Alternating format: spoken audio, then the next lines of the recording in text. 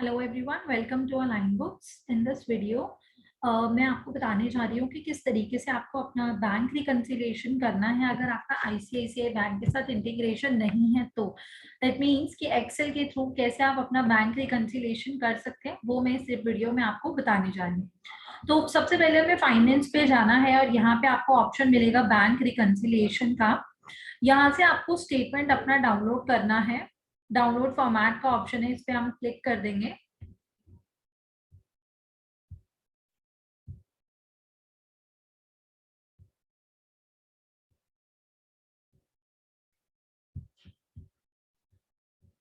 यहाँ पे ये फॉर्मेट आपको शो हो रहा है। बेसिकली बैंक रिकंसिलिएशन हमें करना क्यों होता है, क्योंकि हमारे मंथ में काफी सारे एंट्रीज होते हैं बैंक के थ्रू भी, जिसमें से कुछ आप एंट्रीज कर देते हो, कुछ आप भूल जाते हो, नहीं करते हैं कुछ एंट्रीज। तो उसकी वजह से क्या होता है कि आपका जो अलाइन बुक्स में बैंक का लेजर है जो उसमें बैलेंस शो करता है और आपके पास जो एक्चुअल बैंक का बैलेंस होता है उसमें डिफरेंस होता है।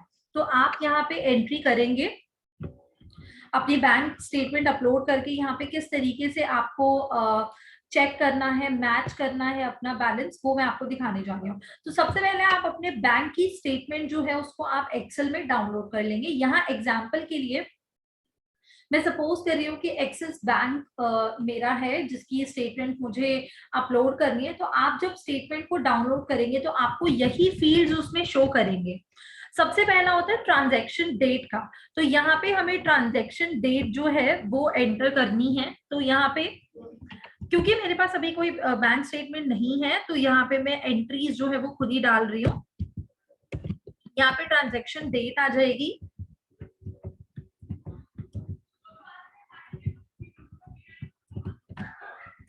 देन यहाँ पे वैल्यू डेट भी हमारा कॉलम रहता है बैंक स्टेटमेंट में, जिसमें ऑलमोस्ट वही सेम ही ट्रांजैक्शन डेट रहती है। तो ये दो चीजें आपको डालनी है।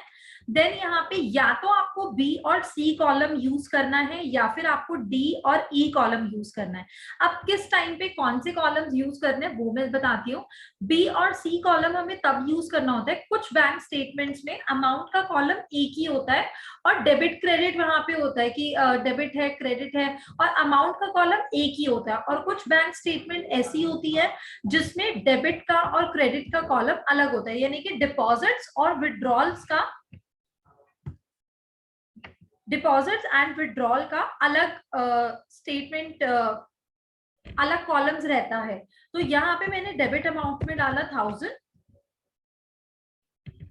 यहाँ पे लेट से मैंने डाला 3000, यहाँ पे मैंने डाल दिया 200, यहाँ पे लेट से कि ये 6000 का पेमेंट मुझे रिसीव हुआ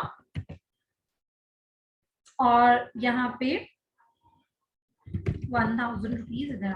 अब यहाँ पे रिमार्क का भी कॉलम होता है जो कि नरेशन का कॉलम होता है।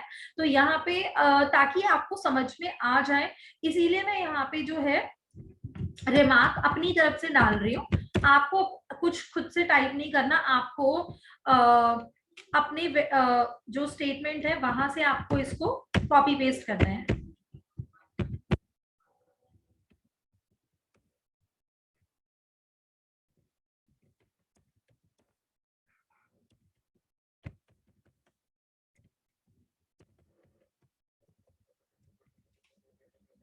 देन पेमेंट रिसीव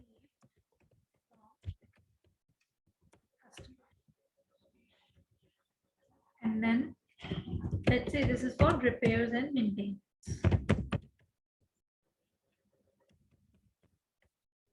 तो इस तरीके से रिमार्क आपको डालना है। चेक नंबर वगैरह अगर आपको डालना है तो चेक नंबर आप डाल सकते हो, वरना ये जरूरी नहीं है। ट्रांजैक्शन आईडी, टाइप, ये सब भी आपको एंटर करना है तो कीजिए, वरना जरूरी नहीं। तो इस तरीके से आपको स्टेटमेंट क्रिएट करनी है। बस आपको कॉपी पेस्ट करना है अपना डेटा। ये जो रिमार्क का फील्ड है ये मैंने इसलिए डाले ताकि आपको समझ में आ जाए, बट आपको बस ये कॉपी पेस्ट करके ही डालना है। और आई होप ये भी आपको समझ में आ गया होगा कि या तो डी और ई कॉलम आपको फिल करना है या फिर बी और सी कॉलम आपको फिल करना है। अब मैं इस फाइल को सेव कर देती हूँ। देन इसके बाद में हमें जाना है सॉफ्टवेयर में। यहाँ पे हमें क्या करना है, फाइनेंस पे जाना है। देन आपको बैंक रिकंसिलिएशन पे क्लिक करना है। यहाँ पे आपको बैंक सिलेक्ट करना है, मैंने ले लिया एक्सिस बैंक। अगर आपके ब्रांचेस हैं तो यहाँ से आप ब्रांच सिलेक्ट करेंगे क्योंकि उसी के अकॉर्डिंग वो रिकनसाइल करेगा। अब यहाँ पे फ्रॉम डेट टू डेट आपको लेना है, मैंने सिर्फ आज की ही डेट ली थी तो स्टेटमेंट में, तो इसीलिए मैं आज की डेट ही रखूंगी। आप चाहे तो इसमें डेट भी चेंज कर सकते हो। अब यहाँ पे आप देख सकते हैं एज पर अलाइन बुक्स में कुछ ट्रांजैक्शन आ गई हैं जो कि पहले से हो रखी हैं। अब मैं अपलोड स्टेटमेंट पे क्लिक करूंगी, सिलेक्ट फाइल पे क्लिक करूंगी, बैंक स्टेटमेंट 1 डाला मैंने और ओके पे क्लिक किया। 4 रोज अफेक्टेड आ गया, दैट मींस मेरी bank statement without any error upload हो गई है। काफी बार डेट वगैरह का एरर आता है, बट मेक श्योर कि जैसे आपके सिस्टम पे डेट का फॉर्मेट है वैसा ही फॉर्मेट आपकी एक्सेल फाइल में भी हो, और किसी भी तरीके की कोई भी फॉर्मेटिंग उसको आप रिमूव कर दें। अब वापस से मैं इसको ओके करूंगी। अब आप यहाँ देख सकते हैं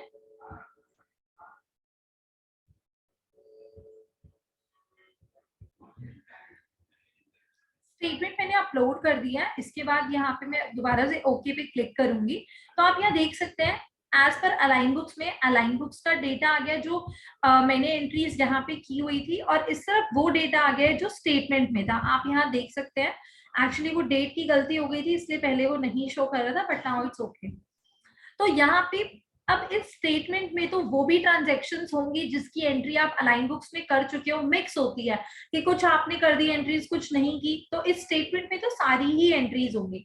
तो सबसे पहले आपको ऑटो रिकनसाइल पे क्लिक करना है। तो इससे आप देख सकते हैं कि रेड कलर से जो मैच हो गई है ट्रांजेक्शन, अमाउंट के बेसिस पे ये मैच कर लेता है कि किसका किससे। तो ये देखिए प्रिंटिंग स्टेशनरी का 200 का अमाउंट 200 से मैच हो गया, 3000 का 3000 से हो गया।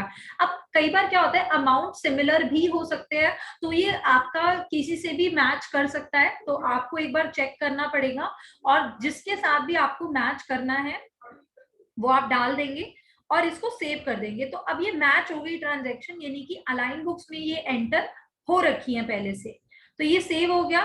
क्लियर पे आपको क्लिक करना है।